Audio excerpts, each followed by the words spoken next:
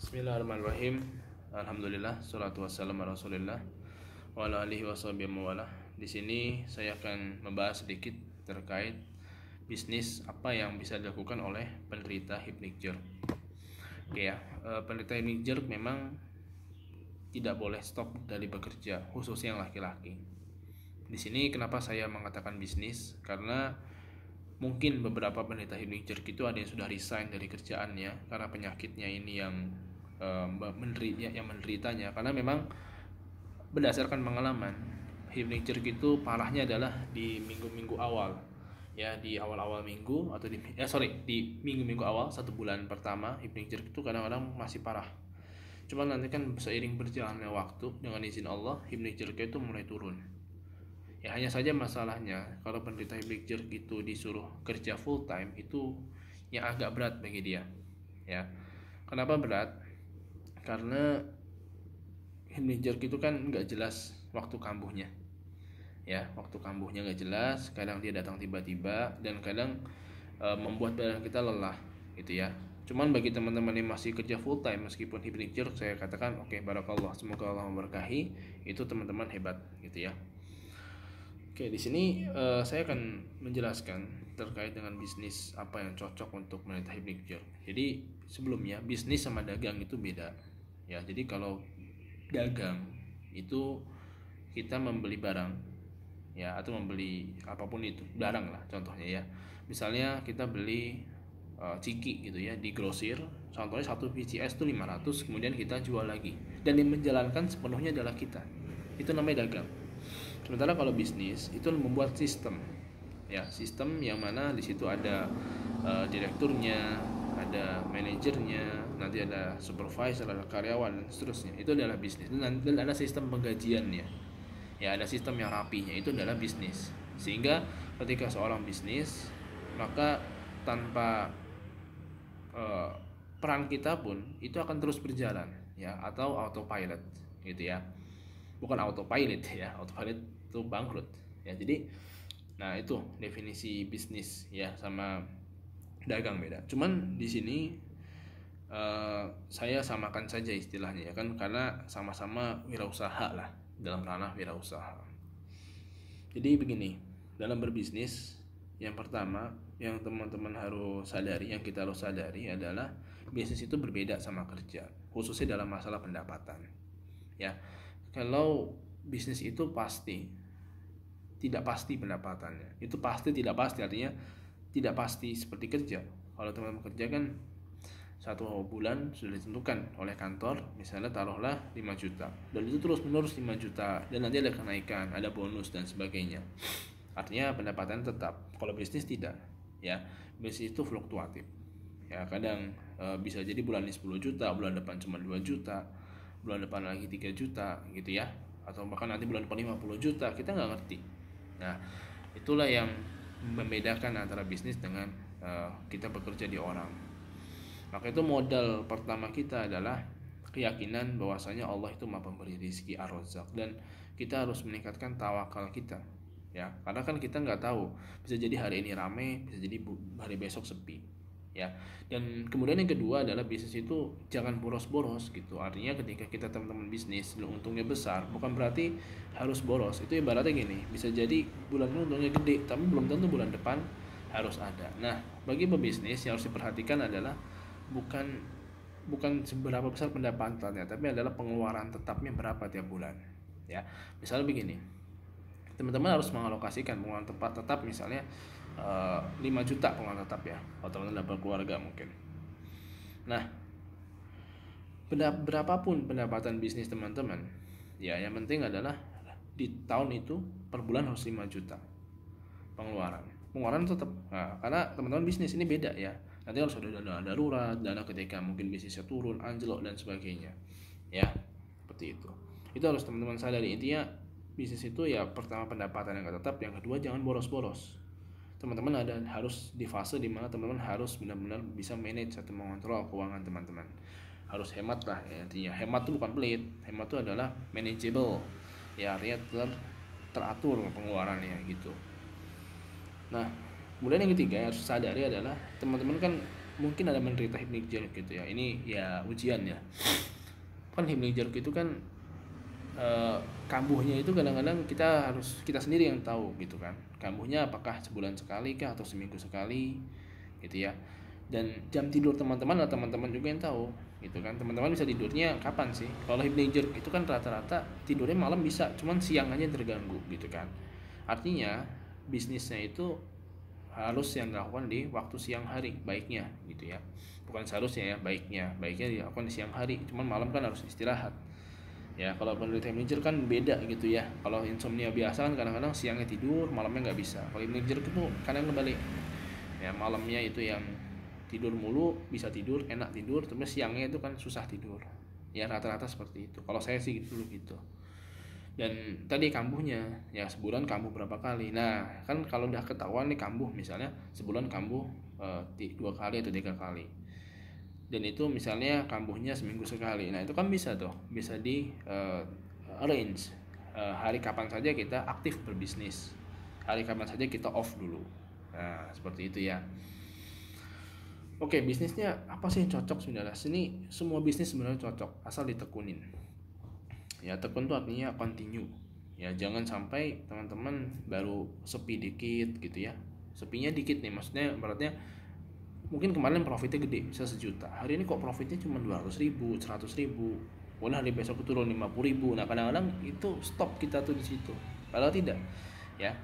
Bisnis itu yang terpenting adalah kontinuitas. Kenapa? Karena kan semakin kita continue berbisnis, semakin kita continue promosi produk kita, maka orang-orang kan menganggap bahwa bisnis kita masih eksis. Nah tapi kalau kita stop, kita tutup bisnis kita, orang-orang akan menganggap bahwasanya bisnis kita tuh udah nggak ada gitu, udah nggak eksis lagi, sehingga mungkin mereka akan beralih kepada pebisnis pedagang-pedagang lainnya, pebisnis lainnya gitu ya. Nah jadi yang terpenting adalah jangan stop gitu. jangan di stop bisnisnya ya. Oke. Nah lalu bisnis itu apa yang diperlukan ya? Kadang-kadang kita berpikir bisnis itu harus bermodal besar gitu ya. Katanya enggak, bukan modal yang besar, tapi modal yang ada, yang teman-teman miliki ya. Mungkin teman-teman di sini beda-beda gitu ya. Modal itu bukan hanya uang, tapi bisa juga skill gitu ya, koneksi ya, pengalaman dan sebagainya. Sekarang teman-teman modalnya apa ya? Kita nggak perlu modal yang ratusan juta, 200 juta, 300 juta, itu untuk apa gitu kan. Kalau untuk awal-awal ya nggak usah seperti itu kan. Bisnis itu kayak bayi aja kan, nggak mungkin dong bayi baru lahir dikasih rendang, enggak kan. Tapi dia dikasih apa, nasi yang lembut gitu, makanan masih lembut untuk bisa ngunyah, sehingga punya pengalaman makan ya. Kita pun begitu, awal bisnis jangan langsung gede-gede modalnya ya. Yang kita milikin berapa rupiah, kemudian kita jalankan usaha kita. Nah dan untuk zaman sekarang ini kan online apalagi ya, banyak sekali bisnis-bisnis yang mungkin tanpa kita harus keluar modal banyak ya, cuma modal paket data atau modal wifi ya, atau mungkin numpang wifi orang gitu ya, kita bayar dia gitu kan, misalnya 5.000 per hari atau apa. Kita bisnis online, kita jualan online ya. Dan online itu kan sekarang banyak sistemnya ya, ada sistem yang reseller, ada sistem dropship. Dropship itu artinya kita nggak usah megang barang, tapi kita bisa menjualkan barang tersebut ya.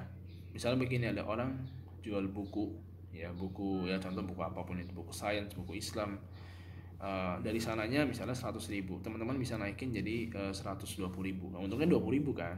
Nah satu buku, nah nanti biasanya pengiriman dari mereka tuh, mereka yang ngirim ya. Yang penting kita transfer ke dia 100.000 ya. Artinya kan alurnya teman-teman buku nih ya, buku, kemudian teman-teman jualkan, kemudian dapat pembeli. Nah teman-teman kan naikin tuh dari atas kesepakatan, tapi ya misalnya harganya dari sana 100.000 jadi 120.000, teman-teman berarti dapatnya 20.000, teman-teman transfer ke si penjual buku 100.000 ya, si bukan penjual apa ya, pusatnya buku itu 100.000, nanti dia yang ngirim kan, begitu. Ada yang seperti itu modelnya ya. Oke, jadi seperti itu sih ya. Nah yang penting adalah bukan masalah modalnya, yang penting adalah teman-teman itu bisa konsisten aja di situ ya. Dan ini sesuai dengan skillnya ya, bisanya apa. Nah contohnya misalnya ada lagi bisnis makanan gitu ya, misalnya apa di sini popcorn ya, popcorn kan, popcorn itu kan mudah gitu kan teman-teman. Di jagung yang apa sih namanya dijual di warung itu, masukin ke wajan, dikasih tinggal meledak-meledak itu kan, meledak, teman-teman jualkan, itu kan untungnya lumayan ya. Popcorn itu ya contoh modal untuk satu plastik gitu ya 1.000 ya, lalu teman-teman jual di warung, titip ya, titip jual 1.500, biasanya masih penjual warung nanti naikin lagi kan, jadi misalnya 2.000 atau berapa. Nah teman-teman dapat tiap popcorn yang dijual dapat 500. Bayangkan kalau satu hari ada 50 PCS popcorn yang terjual, sudah 25.000 ya. Kalau teman-teman satu bulan bisnis jualannya selama 25 hari itu udah 625.000 ya. Dan itu buat popcorn itu, meskipun teman-teman kambuh himlik jerky pun masih bisa buat popcorn gitu kan. Oke, nah cuman yang jadi masalah kan sekarang sudah banyak ya yang jualan-jualan baik online maupun offline. Nah, apa yang harus teman-teman lakukan? Yang teman-teman lakukan adalah mencari keunikan ya, keunikan dari apa yang teman-teman tawarkan gitu. Contohnya tadi popcorn ya, popcorn kan umumnya rasa apa sih? Rasa keju gitu kan, rasa pedas ya. Teman-teman cari rasa apa, misalnya popcorn rasa rendang gitu ya, atau popcorn rasa opor ya, atau popcorn rasa misalnya jajangmyeon kayak, atau popcorn rasa apa ya, sekarang Korea tuh popcorn rasa apa gitu kan, rasa yang Korea-Koreaan gitu ya. Atau popcorn misal pasarnya anak-anak muda yang suka Korea kan gitu, mana suka apa rasa jajangmyeon, nanti menyasar ke pasar emak-emak yang suka nonton Bollywood ya, itu mereka suka nggak makanan India ya, misalnya popcorn rasa kari ayam, popcorn rasa ini. Nah itu kan keunikan ya, nggak hanya popcorn ya, artinya semua bisnis pun teman-teman cari keunikannya.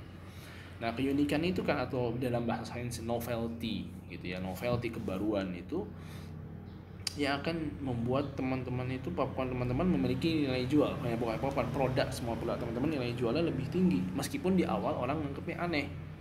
Cuman kan ketika itu kan bisa menarik orang, nah, ada popcorn rasa jajangmyeon gitu, nah itu kan, atau popcorn rasa kari ayam, nah ini gimana sih ya. Jadi awal-awal dianggap aneh, tapi orang tuh beli, viral, meledak, usaha teman-teman jadi maju.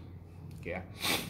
Oke, kemudian selanjutnya adalah begini, untung dari usaha teman-teman, misalnya jual popcorn ya, kita taruh 625.000 ya, taruh 625.000 tadi angka tadi ya, itu jangan kita embat semua untuk kita makan gitu kan, sabar gitu ya. Kalau bisa setengahnya kita pakai untuk diputer artinya diputer untuk bisnis yang popcorn yang lebih besar lagi. Misalnya tadi masih nitip di satu warung, nanti tawarkan ke warung lainnya, terus aja begitu ya.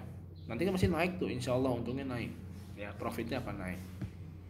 Dan sisanya teman-teman ya mungkin bisa untuk hidup ya, dan sebagainya ya. Kita nggak berbicara di angka 625.000 bisa untuk hidup, nggak, ini contoh gitu kan, nanti lama-lama juga besar ya. Jangan beranggapan bahwa sekarang bisnis yang besar itu nggak mulai dari kecil. Bisa jadi teman-teman jadi pemasok popcorn se Indonesia, jadi pengusaha popcorn se Indonesia, kita nggak tahu, asal tadi uniknya, kemudian ya teman-teman nggak boros, dan juga terus diinovasikan. Jadi uangnya itu yang untung tadi untuk inovasi bisnis, untuk pengembangan bisnis lebih lagi gitu kan.